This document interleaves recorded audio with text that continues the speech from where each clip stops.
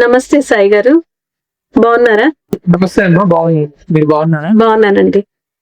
మీతో ఈరోజు శ్రీపాద శ్రీ వల్లభ చరితామృతం గురించి, దాని చుట్టూ ఉన్న కాంట్రవర్సీస్ గురించి మాట్లాడాలని అనుకుంటున్నాను.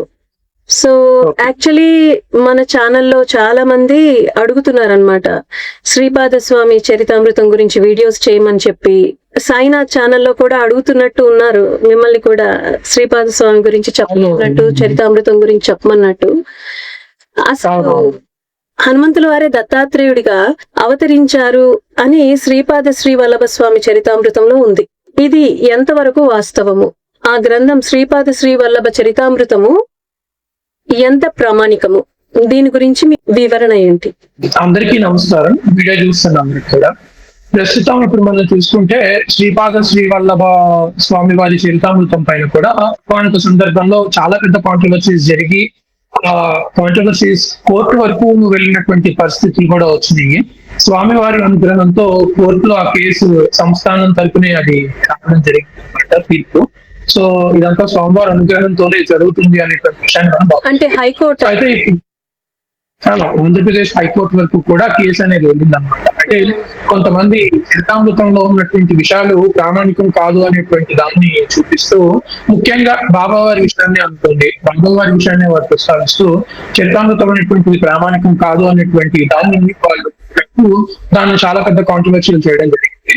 అప్పుడు కొంతమంది స్వామివారి భక్తులు ఒక టీమ్ గా ఏర్పడి హైకోర్టులో దాన్ని కేసు వేసి కేసు గెలిచే ఈ సంస్థానం తరఫున హైకోర్టు నుంచి చాలా పాజిటివ్ గా తీర్పు వచ్చింది అనమాట.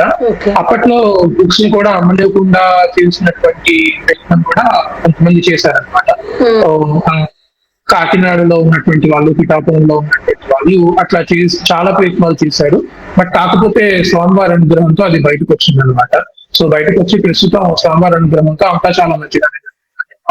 అయితే ఇప్పుడు అంటే అఫీషియల్ గా జ్యుడిషియరీ ప్రకారం జరిగిన విషయాలన్నీ ఇప్పుడు మీతో షేర్ చేశాను ఇంతవరకు. బట్ కాకపోతే అందరికీ ఆ యొక్క గ్రంథం పైన చాలా డౌట్స్ ఉన్నాయన్నమాట. ఆ గ్రంథం పైన ఎందుకు డౌట్స్ ఉన్నాయి ఏంటి అనే విషయాలు మనం ముందు చూడాలంటే, ఆ గ్రంథం అసలు ఎట్లా వచ్చింది అనే విషయాన్ని మనం అర్థం చేసుకోవాలి. మనం చూస్తే దత్తాత్రేయ పరంపరలో ఎవరెవరైతే అవతార పురుషులుగా మనకి సంభవించారో కలియుగం, వారందరికీ కూడా జీవిత చరిత్రలో ఆయా సంస్థానాల నుంచి ప్రామాణికంగా ముద్రించబడి ఉన్నాయి. కాకపోతే మీరు చూస్తే శ్రీ నృసింహ సరస్వతి స్వామి వారు రెండవ దత్తాత్రేయ అవతారం అయినటువంటి శ్రీగురుడి యొక్క చరిత్ర ఏదైతే ఉందో అదే శ్రీగురు చరిత్రగా బాగా ప్రసిద్ధి చెందింది. దాన్ని చాలా మంది ఫాలో అవుతున్నారు. ఈ తెలుగునాట ఇకిరాల భరద్వాజ మాస్టర్ గారి ద్వారా అది బాగా పాపులర్ అయ్యి దత్తాత్రేయ సాంప్రదాయం అనేటువంటిది తెలుగు ప్రదేశాలలో విస్తరించింది అనమాట. ఈ రోజు మనం అందరం ఆ గ్రంథం చదువుతున్నాం అంటే అది మహాత్ముడు పెట్టినటువంటి భిక్ష మనందరికీ, కాకపోతే వచ్చేది కాదు. అయితే ఆ శ్రీగురు చరిత్రలో మనం చూసుకుంటే మొదటి కొన్ని అధ్యాయాల్లో శ్రీపాద వల్లభుల వారి యొక్క విషయాలన్నీ చెప్పబడి ఉన్నాయి. బట్ కాకపోతే ఆ గ్రంథం విస్తారంగా రెండవ దత్తాత్రేయ అవతారం అయినటువంటి శ్రీ నృసింహ సరస్వతి స్వామి వారి జీవిత చరిత్రనే ఎక్కువగా మనకి కనిపించే విధంగా చరిత్ర ఎక్కువగా నృసింహ సరస్వతి స్వామి వారి యొక్క చరిత్రే మనకి ఎక్కువ కనబడతా ఉంటుంది. కాబట్టి అక్కడ మనం శ్రీపాద వల్లభుల వారి జీవితం విశేషాలు అనేటువంటివి చాలా స్వల్పంగా మనకు కనబడతా ఉంటాయి. సో శ్రీపాద వల్లభ స్వామి వారు కూడా దగ్గర దగ్గర చాన్నాళ్ళ వరకు పిఠాపురంలో ఉండి ఆ తర్వాత కురుపురం వెళ్ళిపోయినటువంటి సంగతి స్వామివారి గురించి తెలిసిన వాళ్ళందరికీ తెలిసిందే. అయితే స్వామివారు పిఠాపురంలో ఉన్నప్పుడు జరిగినటువంటి విశేషాలు ఏవి కూడా అంత ఎక్కువగా మనకి శ్రీగురు చరిత్రలో కనిపించవు. మరి వారి చరిత్ర కూడా బయటకు వచ్చి ఉండాలి కదా ఏదో ఒక రకంగా. మరి స్వామి సంకల్పం ఎప్పుడైతే ఉంటుందో అప్పుడే స్వామివారి చరిత్ర అనేటువంటిది బయటకు వచ్చింది. సో అందులో భాగంగా మనం చూసుకుంటే స్వామివారు 13th సెంచరీ నుంచి 14th సెంచరీ మధ్యలో పిఠాపురంలోను కురుపురంలోను ఉన్నట్టుగా వారి జీవిత చరిత్రలో ఉన్నటువంటి విశేషాల ద్వారా మనకు అర్థం అవుతుంది.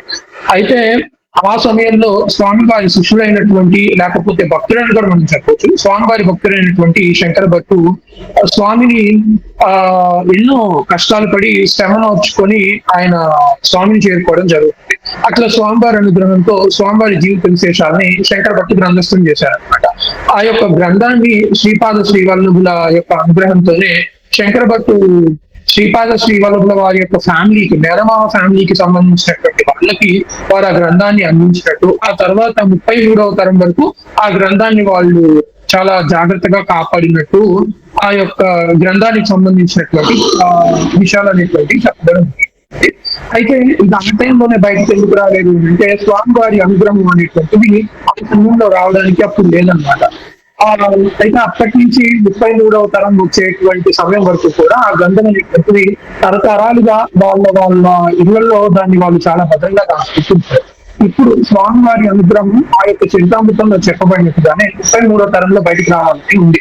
అంతటితో ఇప్పుడు ఉన్నటువంటి ఫ్యామిలీ వాళ్ళు 33వ తరంలో ఎవరైతే ఉన్నారో ఆ ఫ్యామిలీకి సంబంధించినటువంటి మల్లాది దేవుడి దీక్షితులు అనేటువంటి వ్యక్తి ఆ యొక్క గ్రంథాన్ని బయటికి తీసుకొని వచ్చి ఆ శ్రీపాద శ్రీవల్లభ మహాసంస్థానంలో ఉన్నటువంటి పీఠాధిపతి అయినటువంటి సజ్జనగడ రామస్వామి గారికి ఇవ్వడం జరిగింది.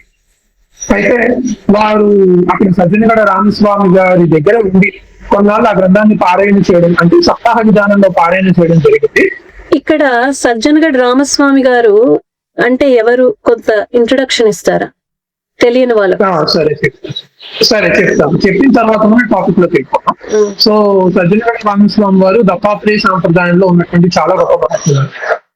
ఈ సజ్జనగఢ రామస్వామి వారి గురించి మనం చూస్తుంటే మనందరికీ దత్త పరంపరలో అంటే తెలుగు ప్రదేశంలో దత్తాత్రేయ సాంప్రదాయం చాలా తక్కువగా ఉండడం వల్ల ఎవరికి ఎక్కువగా తెలియదు.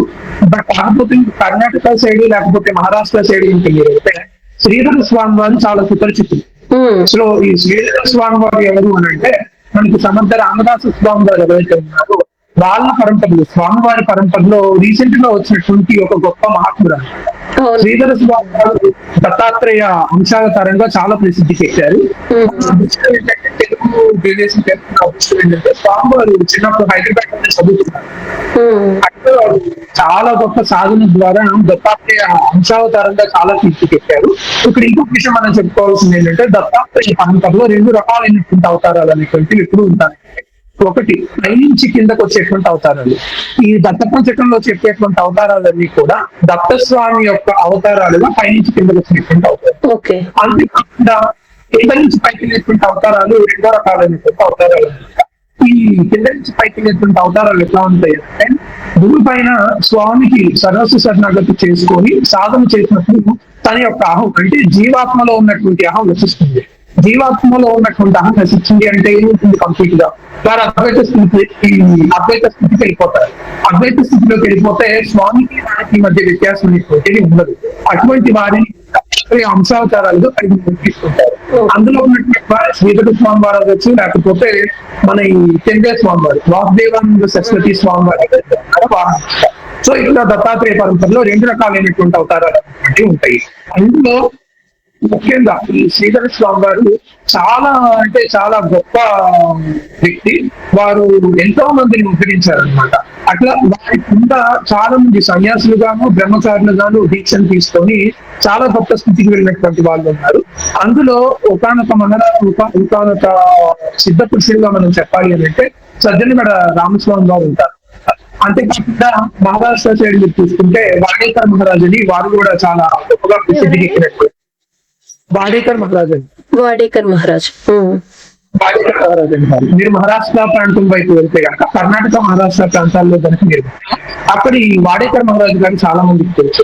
అట్లనే ఇప్పుడు శ్రీధర స్వామి వారు కూడా చాలా మందికి తెలుసు అనమాట. ఈ శ్రీధర స్వామి వారితో పాటు సజ్జనగడ రామస్వామి గారు కూడా చాలా మందికి తెలుసు. అయితే అసలు సజ్జనగడ రామస్వామి వారు పిఠాపురానికి ఎట్లా వచ్చారు ఏంటనేది అంత ఇంట్రడక్షన్ ఇస్తారు. సజ్జనగడ రామస్వామి గారు కూడా దత్తాత్రేయ సాంప్రదాయంలో దత్తాత్రేయ ఉపాసనలో అత్యున్నత స్థానానికి చెందినటువంటి వారు.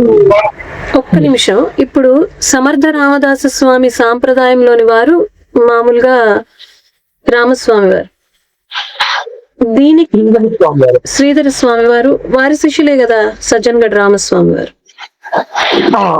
శ్రీధర స్వామి వారి శిష్యులే. అంటే సో సమర్థ సాంప్రదాయానికి, సమర్థ రామదాస సాంప్రదాయానికి, దత్తాత్రేయ సాంప్రదాయానికి కనెక్షన్ ఏంటి? దత్తాత్రేయ సాంప్రదాయానికి అసలు సమర్థ సాంప్రదాయానికి సంబంధం ఏంటనే చెప్పాలంటే సమర్థ రామదాస స్వామి వారి సాంప్రదాయం దత్తాత్రేయ సాంప్రదాయంలో ఉన్నటువంటి అంతర్లీనమైనటువంటి సాంప్రదాయం. అంటే ఎట్లా చెప్పాలంటే మీకు బేసిక్ గా మీరు వివిధ సాంప్రదాయాలు తీసుకున్నారనుకోండి, శ్రీ విద్య తీసుకుంటే శ్రీ విద్యలో మళ్ళీ ఉప సాంప్రదాయాలు ఉంటాయి. వీరశైవం తీసుకుంటే వీరశైవంలో కూడా ఉప సాంప్రదాయాలు ఉంటాయి. వైష్ణవం తీసుకుంటే వైష్ణవంలో కూడా ఉప సాంప్రదాయాలు ఉంటాయి. అట్లానే మనకి దత్తాత్రేయ సాంప్రదాయం తీసుకుంటే దత్తాత్రేయ సాంప్రదాయంలో కూడా చాలా ఉప సాంప్రదాయాలు ఉంటాయి. అందులో ఒకటి నాగ సాంప్రదాయం. అందులో ముఖ్యంగా నవనాథుల్ని దత్తాత్రేయుని ఉపాసించే పద్ధతి. అంతేకాకుండా ఇప్పుడు ఈ వార్కరీ సాంప్రదాయం ఏదైతే ఉందో అది కూడా దత్తాత్రేయ సాంప్రదాయం కిందకే వస్తుంది. అంటే మనం పండరీకుల ఇచ్చేటువంటి సాంప్రదాయం ఉంది కదా, అది కూడా నిజానికి భక్తి సాంప్రదాయం కిందకే వస్తుంది.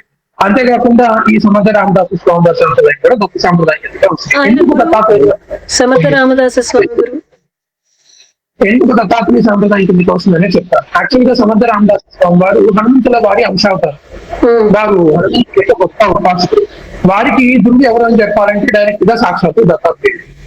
స్వామివారు ఒకసారి మీరు చూసుకుంటే మనకి దగ్గరలోనే ఉంది కదా ప్లేస్ నాందేడ్. నాందేడ్ లో మొదలుపడింది దత్త స్వామి వారి యొక్క జన్మస్థలం అని కూడా కొంతమంది చెప్తారు. అంటే జన్మస్థలం అని చెప్పినా చెప్పకపోతే దాన్ని అందరూ అంగీకరించకపోయినా కూడా అనసూయామాత యొక్క ప్రదేశం అని అందరూ దాన్ని చెప్తా ఉంటారు.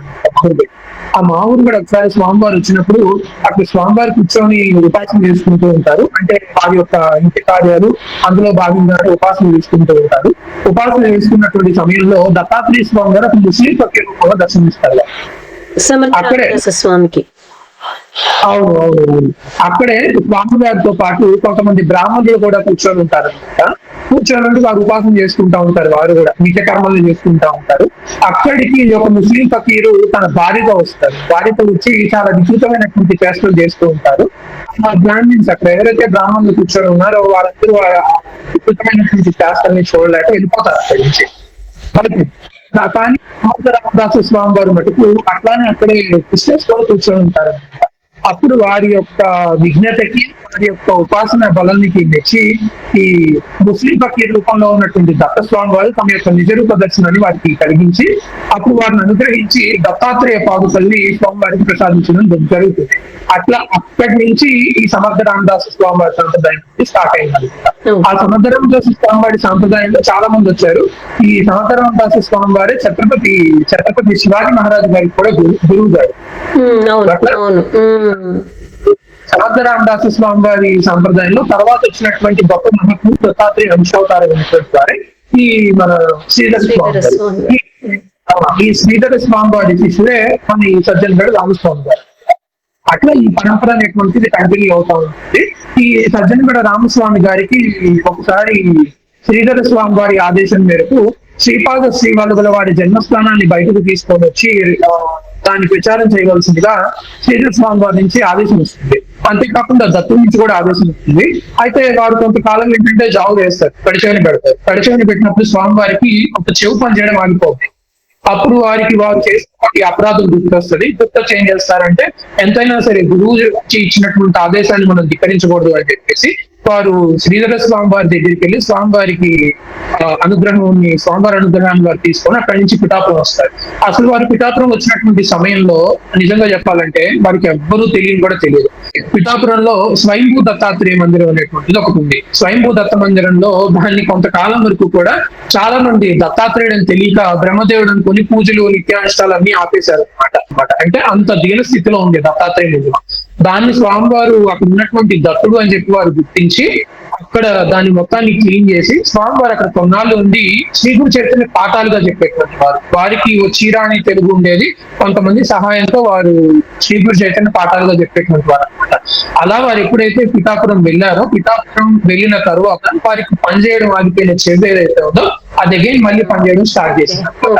అప్పుడు వారు స్వామివారి అనుగ్రహంతో నేను ఇక్కడికి వచ్చానని చెప్పి వారికి అర్థమైంది అనమాట. అట్లా వారు అక్కడ తిరుగుతూ ఉండగా వారి యొక్క ఉపాసనా బలంతో స్వామివారి యొక్క జన్మస్థానాన్ని వారు కూడా కనుగొనడం జరిగింది. ఇదే స్వామివారి జన్మస్థానం అని చెప్పి వారు కనుగొనడం జరిగింది. జరిగినటువంటి తర్వాత వారు అక్కడ ఆ యొక్క ఇంటిని గవర్నమెంట్ యొక్క దీంతో హెల్ప్, అక్కడ ఉన్నటువంటి లోకల్ పీపుల్ యొక్క హెల్ప్ తో ఆ యొక్క ఇంటి ఇల్లు పూర్వం ఎవరికి చెందింది అనేటువంటి దాన్ని ట్రేస్ అవుట్ కూడా చేశారనమాట. ట్రేస్ అవుట్ చేస్తే శ్రీపాద శ్రీవల్లభుల వారి యొక్క 33వ తరానికి సంబంధించినటువంటి వారి వంశానికి సంబంధించినటువంటి మాతానుగుల గృహం అనేటువంటి విషయం వారికి తెలిసింది. అలా ఆ తర్వాత వారు ఆ ఇంటిని తీసుకొని ఆ ఇంటిని శ్రీపాద శ్రీవల్లభ సంస్థానంగా రూపుదిద్దారనమాట.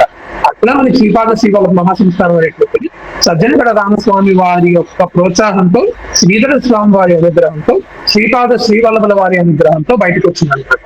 ఇది మనం ముఖ్యంగా చూసుకుంటే ఇప్పుడు అరౌండ్ ఎర్లీ 2000s లో జరిగిందని మనం చెప్పుకోవచ్చు.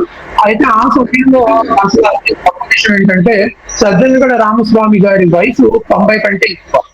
అసలు ఆ వయసులో వారు ఇట్లాంటి చర్యలు అంటే ఇంత గొప్ప కార్యాలు వారు చేశారంటే ఎంత దృఢపడి మనం అర్థం తీసుకోవాలి. స్వామి పైన వారికి ఎంత మమకారము, గురు మాట పైన వారికి ఎంతటి భక్తి ఉన్నాయనేటువంటి విషయాలు మనకి వారి జీవితంలో కనబడతాయి. అట్లా సంస్థానం స్టార్ట్ అయింది. అక్కడ పాదుకల ప్రతిష్టాపన చేశారు. శ్రీపాద శ్రీవల్లభుల గారి పాదుక ప్రతిష్టాపన అదంతా జరిగింది. ఆ తర్వాత కొన్నాళ్ళకి మనకి ఎవరైతే శ్రీపాద స్వామి వారి 33వ తరం వారు ఎవరైతే ఉన్నారో వారు గోవింద దీక్షితులు గారు అనమాట. ఆ 33వ తరంలో శ్రీపాద వారి నిర్మల వంశంలో ఉన్నటువంటి వారి పేరు గోవింద దీక్షితులు. వారు ఈ గోవింద దీక్షితులు గారు ఏం చేశారంటే శ్రీపాద శ్రీవల్లభ చరితామృతాన్ని ఏదైతే వాళ్ళ ఇంట్లో చాలా భద్రంగా దాచిపెట్టి ఉన్నారు దాన్ని తీసుకొని అంటే కంప్లీట్ గా మక్కీ టు మక్కీ చరిత్ర ఏదైతే వాళ్ళ దగ్గర ఉందో దాన్ని మక్కీ టు మక్కీ వాళ్ళు దాన్ని ఆదేశం వచ్చింది. అంటే 33వ తరంలోనే దాన్ని బయటికి తీసుకొని రావాలి అని చెప్పి వారికి కూడా ఆదేశం ఇచ్చింది అనమాట స్వామి నుంచి. మీరు ఆలోచించండి, 33 తరాలు అని అంటే ఆ గ్రంథం కాపాడుకుంటూ వచ్చిందనంటే అది ఎంత శిథిలావస్థలో ఉంటుంది. ఆ శిథిలావస్థలో ఉన్నటువంటి గ్రంథాన్ని ఇప్పుడు ఏదైతే బయట పేపర్ అయితే మనకి లభ్యమవుతున్న పేపర్ ఏదైతే ఉందో దాని మీదకి వారు మొత్తాన్ని కూడా రాశారనమాట, కాపీ చేశారు. యథాతథంగా దాన్ని పేపర్ పైన పెట్టారు. అట్లా పెట్టినటువంటి దాన్ని తీసుకొని ఇక్కడికి మనకి సంస్థానానికి అందజేయడం జరిగింది. అయితే సంస్థానానికి అందజేసే ముందు వారు అక్కడే సంస్థానంలో కూర్చొని సప్తాహ విధానంలో పారాయణ కూడా చేయడం జరిగింది అనమాట. అటువంటి పారాయణ చేసేటువంటి సమయంలో ఎన్నో స్వామివారి లీలలను కూడా అక్కడ చూడడం జరిగింది. అయితే అసలు శ్రీపాద వల్లభుల వారి ఒరిజినల్ మూలప్రతి ఏదైతే ఉందో దాన్ని ఎందుకు బయటకు చూపించట్లేదు, బయటికి ఎందుకు తీసుకొని రాలేదు అంటే స్వామివారి ఆదేశం మేరకు స్వామి అంటే మీరు ఇప్పుడు చెప్పబోయే స్వామివారి చరిత్రలో కూడా మనకు కనబడుతుంది, చరితామృతంలో కనబడుతుంది. ఏదైతే మూల గ్రంథం ఏదైతే ఉందో ఆ మూల గ్రంథాన్ని స్వామి వారు కృష్ణానదిలో నిమజ్జనం చేసేయమని చెప్పారు. ఎందుకు నిమజ్జనం చేయమన్నారు అంటే పాతమైనటువంటి గ్రంథాలు అంటే ఆ గ్రంథం అనేటువంటిది స్వామివారి చరిత్రలో చెప్పినట్టుగానే ఆ గ్రంథానికి స్వామివారికి మధ్య వ్యత్యాసం లేదు, రెండు కూడా ఒకే శక్తిని కలిగి ఉన్నటువంటి అనమాట.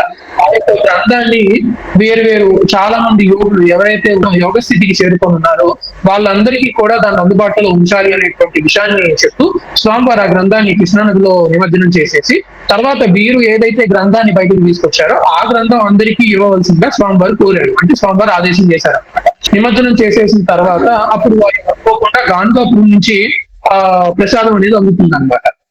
అంటే ఇక్కడ స్వామి అంటే వీరు చేసినటువంటి కార్యానికి స్వామి వారు యొక్క అనుగ్రహం కూడా లభించింది అనమాట. అంటే ఇదే విషయాన్ని స్వామి వారు చెప్తారు కూడా ఆ చరితామృతంలో. నీవు ఎప్పుడైతే దీన్ని కృష్ణానదిలో నిమజ్జనం చేసేసిన తర్వాత నీవు వస్తావా, తర్వాత నా యొక్క అనుగ్రహం గాంధాపురం నుంచి నీకు అందుతుంది అనేటువంటి విషయాన్ని స్వామివారు ప్రస్తావిస్తారు. అదే కూడా ఉన్నది ఇది చరితామృతంలో ఇప్పుడు మనం మాట్లాడుకునేటువంటి ప్రతి విషయం పాయింట్ టు పాయింట్. అయితే లాజికల్ గా అంటారు కదా, ఎందుకు నీళ్ళల్లో వేసేసారు, ఇట్లాంటిది ఇంకెక్కడైనా జరిగిందా? ఇట్లాంటిది కూడా మనం చూసుకుంటే ఇప్పుడు ఉంది, దీనికి ప్రమాణం లేదనేటువంటిది ఏం లేదు. ఇప్పుడు మీరు చూసుకుంటే కొన్ని గ్రంథాలు ఏవైతే ఉన్నాయో వాటిని ప్రిజర్వ్ చేసేటువంటి పద్ధతి భగవంతుడికే తెలుస్తుంది. ఎందుకు అని అంటే స్వామి వారు చెప్పినట్టుగా స్వామికి ఆ యొక్క గ్రంథానికి వ్యత్యాసం లేదని చెప్పారు. అంటే ఆ యొక్క గ్రంథం ఎంత శక్తివంతమై ఉంటుంది, దాన్ని ఇప్పుడు ఉన్నటువంటి వాళ్ళు కూడా ఎట్లా పడితే అట్లా వాడుకునే అవకాశం ఉంది. అందువల్ల స్వామివారు ఏంటంటే దత్తాత్రేయ పరంపరలో ఇట్లాంటి గ్రంథాలని గుప్తం చేయడం అనేటువంటిది ఉంటుంది. అయితే ఈ విషయంలో మనం మీరు చూసుకుంటే త్రిపుర రహస్యంలో 3 కాండాలు ఉన్నాయి. స్వామివారి త్రిపుర రహస్యం ఏదైతే ఉందో దత్తాత్రేయ స్వామివారి త్రిపుర రహస్యం అనేటువంటిది దత్తుల వారు పరశురాముల వారికి అందించినటువంటి జ్ఞానం అనమాట. అదే శ్రీ విద్యా ఉపాసన. అందులో మీరు చూసుకుంటే ఇప్పుడు మనకి ఓన్లీ జ్ఞానకాండ మాత్రమే బయట అవైలబుల్ గా ఉంది. మిగిలిన కాండాలు అనేటువంటి బయట అవైలబుల్ గా లేవు. అవి మరి ఏమైపోయింది, ఇంతవరకు ఉన్నటువంటి ఏమైపోయినాయి అంటే ఏమని చెప్తావు సమాధానం? ఎవరైనా చెప్పలేం కదా. స్వామివారు దాన్ని గుప్తం చేస్తున్నారు. ఇది ఒక విషయం. ఇంకొక విషయం ఏంటంటే మీరు అందరూ చూస్తే శ్రీగురు చరిత్ర ఏదైతే మనం ఇప్పుడు అందరం పారాయణ చేసేటువంటి శ్రీగురు చరిత్ర ఉందో ఆ శ్రీగురు చరిత్ర కూడా ఇట్లాంటి స్టోరీనే ఉంది.